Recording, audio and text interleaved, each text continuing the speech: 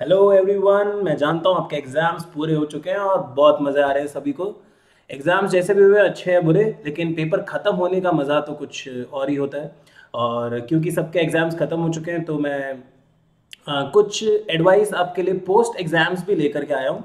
और ये बहुत पते की बात है, बहुत जानने वाली बात है, ध्यान रखने वाली बात है। इस पर आप ज़रूर फोकस करिएगा। मुझे लगता है कि ये एस्पेक्ट्स हमारे लिए बहुत ज़रूरी है। कुछ बच्चों का मैं कैटेगराइजेशन करना चाहूँगा। मैं ऐसा नहीं बोलता कि किसी बच्चे में कोई टैलेंट कम है या कुछ ज़्यादा है, लेकिन फिर भी हम कैटेगराइज करें, हमें अपनी वीकनेसेस के बारे में मालूम हो तो बेटर रहता है। अच्छा, सबसे पहले मैं कहना चाहूँगा कि जिन बच्चों का पेपर बहुत अच्छा हुआ है, वेरी गुड। आप लोग बहुत सारे अलग अलग एरियाज में फोकस कर सकते हैं, लेकिन मैं स्टिल दो सब्जेक्ट्स ऐसे बोलना चाहूँगा जिस पे आप फिर भी पढ़ाई करते रहें। इन केस कुछ भी खराब हो जाता है तो हमारे पास एक फिर से पुश बैक मारने का, एक रिवर्ट बैक मारने का एक ऑप्शन रहेगा। अदरवाइज आपका रिजल्ट क्योंकि अगस्त में आने वाला है जैसे कि आईपीसीसी के लिए, एंड फाइनल का रिजल्ट तो खैर जल्दी आ जाता है, फिर भी थोड़ा टाइम मिलने का चांस है, लेकिन आईपीसीसी का रिजल्ट तो अगस्त में आएगा।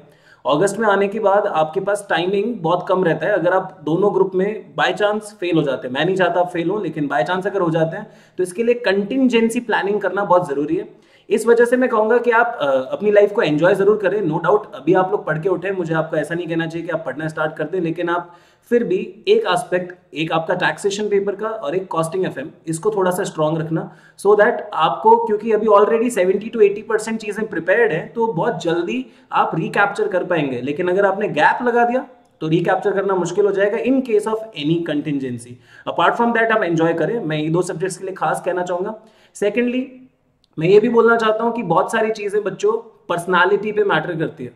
लाइफ में केवल पढ़ाई आपके लिए इंपॉर्टेंट नहीं है, आपके सॉफ्ट स्किल्स यानी आपका कम्युनिकेशन स्किल्स बहुत इंपॉर्टेंट है, आपका प्रेजेंटेशन एस्पेक्ट बहुत इंपॉर्टेंट है। तो आप ऐसे कोई भी इवेंट्स जो इंस्टीट्यूट ऑर्गेनाइज कर रहा हो, या आप अगर कुछ भी अपनी ओर से कर सकें, कोई स्टडी सर्कल क्रिएट करना, कोई प्रेजेंटेशन प्लेटफॉर्म क्रिएट करना, आप दोस्तों के बीच में मिल करके बनाए, it is better to fail here in front of your friends rather than a failure. ठीक है, तो फेलियर से बेटर है फेल हेयर। अभी आपके पास मौका है, आप फेल हो जाए चलेगा, लेकिन आगे जा करके आपको ये चीजें आपसे एक्सपेक्ट नहीं की जाती। आप प्रोफेशनल्स हैं, आपसे बहुत प्रोफेशनल तरीके का बिहेवियर, बहुत इंपॉर्टेंट एडवाइजरी सर्विसेज, बहुत सारे अच्छे कम्युनिकेशन स्किल्स, क्लाइंट सॉलिसिटेशन के सबसे अच्छे अच्छे तरीके आपको आने चाहिए। इसके लिए आपके कम्युनिकेशन स्किल्स बहुत इंपॉर्टेंट है। तो आप अपनी पर्सनैलिटी पॉलिश कीजिए, ये बहुत जरूरी है। मुझे इस रास्ते में अगर आप मुझसे कोई भी एडवाइस चाहते हैं, मैं बिल्कुल तैयार हूं, लेकिन आप इस एस्पेक्ट पे ध्यान दें। आपके एग्जाम्स हो चुके हैं, प्लस आपकी टैक्स की तैयारी, कॉस्टिंग एफएम की तैयारी आपको आर्टिकलशिप, बेटर आर्टिकलशिप के लिए फाइट करने में भी हेल्प करेगी।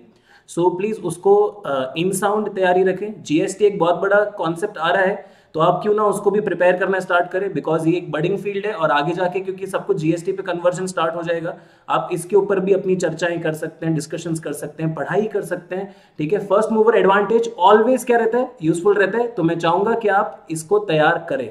Okay, with this short message मैं बोलना चाहता हूँ bye bye, thank you very much दोस्तों।